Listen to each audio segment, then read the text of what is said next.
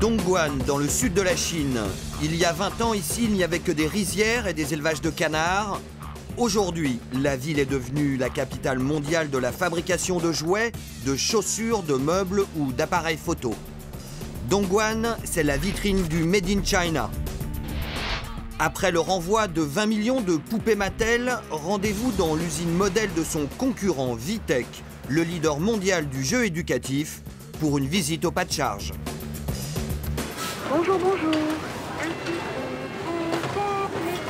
Cette usine ultra-moderne tourne 24 heures sur 24. Les ouvriers travaillent à la chaîne 8 heures par jour et touchent entre 120 et 150 euros par mois, soit 2 fois le salaire minimum, une exception. Des jouets aux montres, le décor change, mais pas les gestes ni les cadences infernales. Ici, dans cet atelier high-tech d'assemblage de mouvements suisses, on mesure en direct et en permanence la productivité des travailleurs chinois. Grâce à cet ordinateur, je peux suivre la rentabilité de la chaîne de production poste par poste. Le ou la meilleure ouvrier de la chaîne, là, alors? Le meilleur ouvrier, alors aujourd'hui, c'est elle.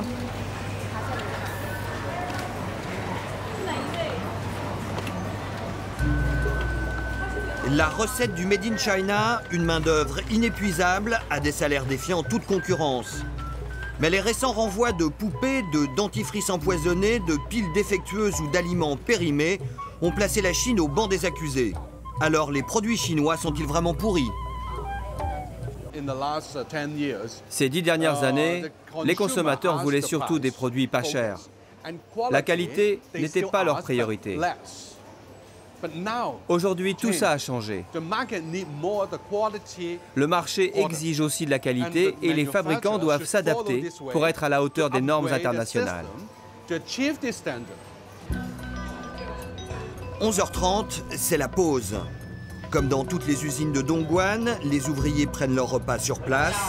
Et dans cette entreprise haut de gamme, le déjeuner coûte 25 centimes d'euros prélevés sur le salaire.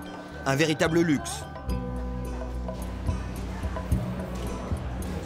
Au-dessus des réfectoires, les dortoirs. Originaires des campagnes, ces ouvrières ont quitté villages et familles pour s'entasser dans ces clapiers bétonnés et espérer glaner quelques miettes du miracle économique chinois.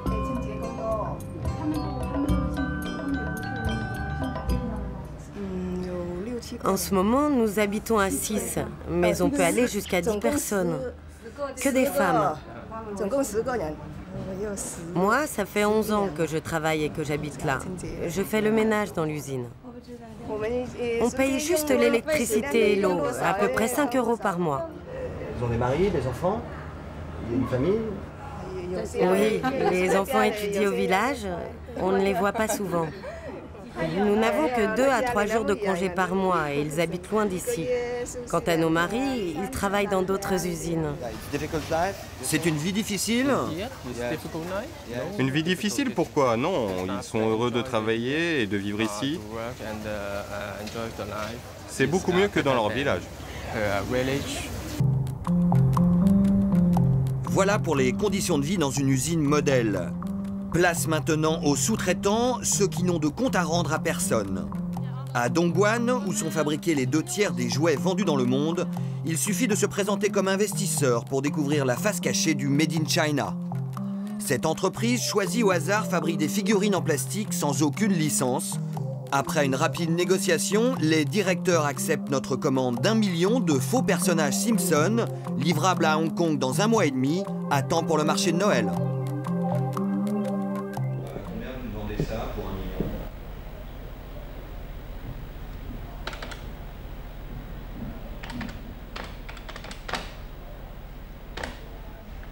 À 18 centimes pièce, ça fait 180 000 euros.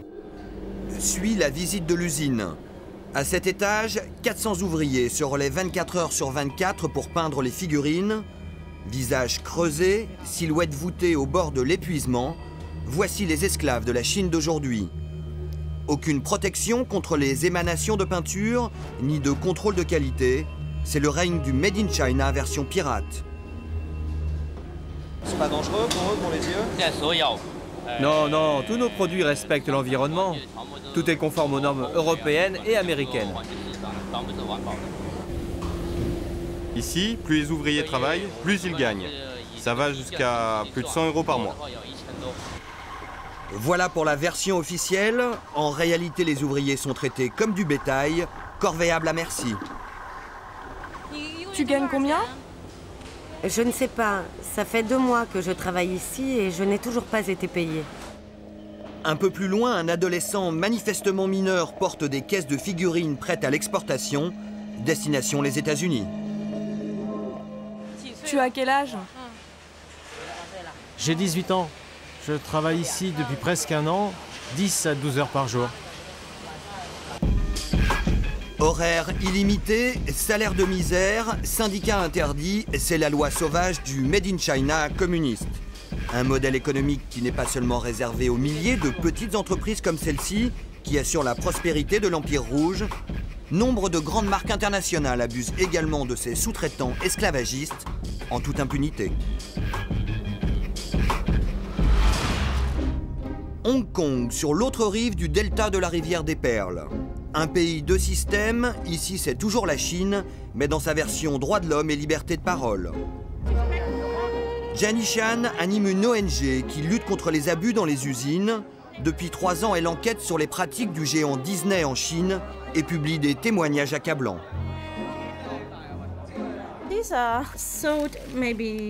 Voilà, ça s'est vendu entre 4 et 8 € au Japon. Mais les ouvriers, eux, ne touchent que 0,01% du prix de vente.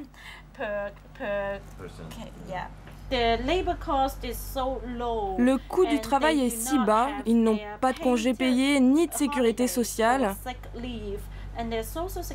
Vous comprenez, c'est vraiment inacceptable. Chez les sous-traitants de Disney, comme dans cette usine filmée en caméra cachée, la révolte gronde.